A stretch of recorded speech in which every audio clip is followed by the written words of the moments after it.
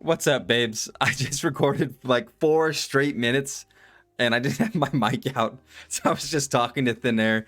I stopped streaming, so I tucked the mic away to make it look like a cleaner setup, and that shit's funny. Anyway, I was talking about the Gorosei, but we'll get back there. The point is, the big point that I was making at the beginning is the cover art story. I think that this is actually ginormous. I think it hints that the arc is kind of ending, probably within the next 20 chapters or so. But not only that, I think it hints to a lot more. My first thought was Augur with Blackbeard. Now that they have Caribou's information, he's going to be able to. Space doesn't matter to the Blackbeard pirates kind of in general anymore. We see this guy on the move in so many different parts of the world, just traveling. Now Egghead and where Law was are not too far apart, but neither is Onigashima, aka Wano. The reason I think it's so huge is because I think that they could do a couple things here with Blackbeard. I think that they've already done a decent job of it, but they could almost power scale him immediately with Kaido and Big Mom coming out of the woodwork. Do I think that's going to happen? Probably not. But we do know that if somebody takes an L, they immediately drop like a tier. Like, it's just like, if you take the L, you're no longer that dude. Nobody's too scared of you, and Oda kind of writes you off in a way. Unless your name is Rob Lucci, because you were the greatest villain in One Piece. But that also might bring to a head the ancient weapons. And to be honest with you, you could tell me, because I don't even know, but it seems like we haven't gotten a legit cover story in 50 plus chapters, maybe more. I don't even know the last time we did. I couldn't even tell you what it was. And now that I'm rereading like old One Piece stuff, it was every single chapter was the cover story. And I understand at this point it might be difficult, but I also don't understand that, because there's so much you could play with in the world, which is partially what this chapter is about. But I think the cover story is fucking ginormous. But let's get into the actual chapter. His message is getting out. Vegapunk needs 10 minutes in order to have it set up to where the entire world will hear his message. He is a genius, so I think even if they are able to thwart him somehow, it's so tough to say, because it could be like almost none of the message, but there's going to be some. We know that there's going to be some of the message, but we can almost guarantee that there's not going to be all of the message. So where in between? I think that it's more on the most side, but it's kind of tough to say how much of this message he's about to tell us gets out. I think that he's going to confirm the void. I think the message will probably get cut off when he tells that there might be a leader of the world. And then this is kind of what shocks the world. And I think on top of that, we might actually get the Gorosei exposed. My little brother was talking about how that starts like the big revolt of the world as they see what the government's truly about. And like the demons is just not a good look for the government. But we'll see how much that gets out. I mean, the Gorosei, this could be one of the biggest problems that they've had to deal with in the last couple centuries, but I don't know if it's the biggest one. So we'll have to see what they're really about, but we'll get there. They're able to telepathically communicate.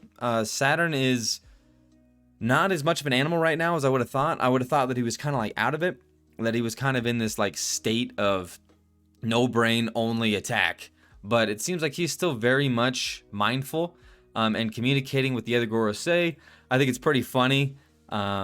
Just 4 of them in there. My boy's not sitting in his chair anymore. And the other 4 are talking about like, this could be a big deal. Like, that guy is a fucking genius. He could be snitching on us, guys. He could be snitching on us right now. And they're like, we cannot be having that. So they talk. We go around the world. It's very interesting where they decide to like show us. Kuros and Rebecca training is great with Tank and the Totaten. We have the old man Mare, and it's funny because I was joking very recently about him, and there was like a point in like Old Piece where he's talking about like knowing shit, and he looks all like it's just him with his like little fucking beer mug, and I'm like, that guy has to know some shit. He has to know some shit, and they've been showing him more and more, and they've been showing Fuchsia Village more and more. Probably not that big of a deal, but I'm just pointing it out because they have been showing it a lot. It seems like it's been like prevalent. It was in the flashback. It's like, that's the village. Like, that's an important village. Iceberg is the dude. His new assistant, Alish. He is building what's going to be very important at the end of One Piece, in my opinion. I think that he's already been building it, but that man is a national treasure. If you do not like Iceberg, you're a pickle. That guy rocks. That guy's awesome. He's gonna make all of Water 7 fly. I think I did maybe a theory on that a while ago, but that whole thing is gonna get up there. It's gonna get up there, and it's gonna be a big deal because they've already been dealing with the floods. I was thinking about this just because of this chapter, and since the water level rose, those floods are only getting that much worse. I'm trying to think of the name of the flood. Spacing on it. It's gonna bug me. But he's gonna make that bitch fly, and when it does, he might be marching that thing at the end of One Piece somewhere magical, but it's gonna be a very nicely done thing. Iceberg's not wasting any time, I promise you that. Then we see the Economic Journal. The people are up there. Morgans is up there with Wapol. Wapol's looking like shit. Is that his dad? Did they get his dad? Why does it? I didn't even notice that. He looks old. Isn't that regular Wapol? Anyway. VV's up there as well. We love VV. They're kind of seeing what's going on here. He's gonna, no matter what, get the news out, but he understands, it's like, well, the job was already done. Like, Vegapunk's getting this shit out there. We see a couple other locations where Frankie was. I don't know that tropical island. And then I think that's Sabaody, perhaps, in one of these panels. Not really too big of a deal. And then we have the Kamabaka Queendom, excuse me. And we learned that just about everybody in the Revolutionaries doesn't even have a relationship with Vegapunk. And meanwhile, Dragon is just being the best guy ever, being like, I'll be dead soon. And he was like, fuck, that guy was spitting. That guy was onto something.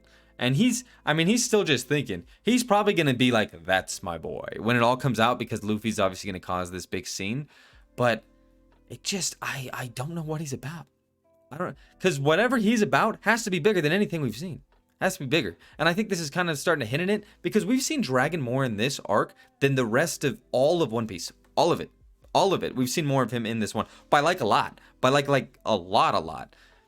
And whatever he's doing, like just selling out, like he doesn't give a shit about Kuma. He's like, whatever, Vegapunk. He's like, we're doing this thing. I'm like, Sabo's your strongest dude, and he got sauced up a little bit. So you better be about it. I know you're the most wanted man, but you better be about it, and you better have a mission and a plan and all that shit. And I have faith. I have faith in him, because Dragon has had so much weight just to him. I believe that he's going to be about it when the time comes, and that time is coming. We get back into the combat. We see Kizaru and Saturn attempt to attack Luffy. Luffy with a clean dodge, and then something I didn't expect. I don't know how I feel about it even now. But he claps the living shit out of him. He squishes the spider. He literally squishes the spider. And Kizaru, they look goofy. He pizza tosses them. Boom. Couple things here. One,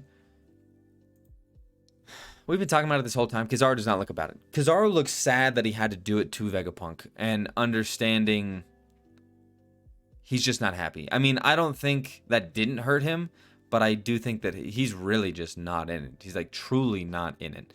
And what he decides to do, I don't know. But that man is not in it to win it. I think that he's going to do more this arc. I think he's already been helpful, but Saturn keeps fucking up with some of his decision making. He flies back. He's able to control where he's going, take no damage. And that's as soon as a lot of the Straw Hats are getting to safety. And then they're like, we literally can't let this get out. Like, that guy is clearly stalling you. He's clearly a problem. This is just about Saturn admitting, not necessarily his defeat, not necessarily, but he's admitting that it would take him longer than 10 minutes to get this done, even if he goes serious. I believe that's what this is telling me. And I'm not too happy about it. Because then I'm like, damn, like they're about a power scale. The Goros say like quick. I'm like, damn, the Marines, they were not cooking as much as we thought they were. But we don't know yet. He's taken no damage. He's summoned all 4 of them. That's going to be too much for Luffy. He's going to try his darndest, but it's not going to really matter. And who knows what the fuck these other guys' abilities are. I'm going to make a video next week about what this is probably going to turn out to be and where it's going to go. But them being summoned is both hype and insane, because I have no idea. I don't know where we're going. And with all 5 of them there, it's bad. It's either bad in the sense of Luffy's going to lose, a lot of people are going to die, which is like, it can't really be, you know, but Oda loves to give us these stakes, and then they like, gotcha, put you in a spot you didn't think you could get out, and we got out of there. I'm like, all right. But then it could make the Gorosei look like shit, and then I'm like, well, so then they're not even that important. And I'm like, we just spit out the admirals over here, threw up the Gorosei over here, and now you know what I think? I think Kaido's that dude. I'm like, damn, Kaido, you're looking pretty good right now. He's looking damn good right now. I'm like, okay, Kaido. But we'll see.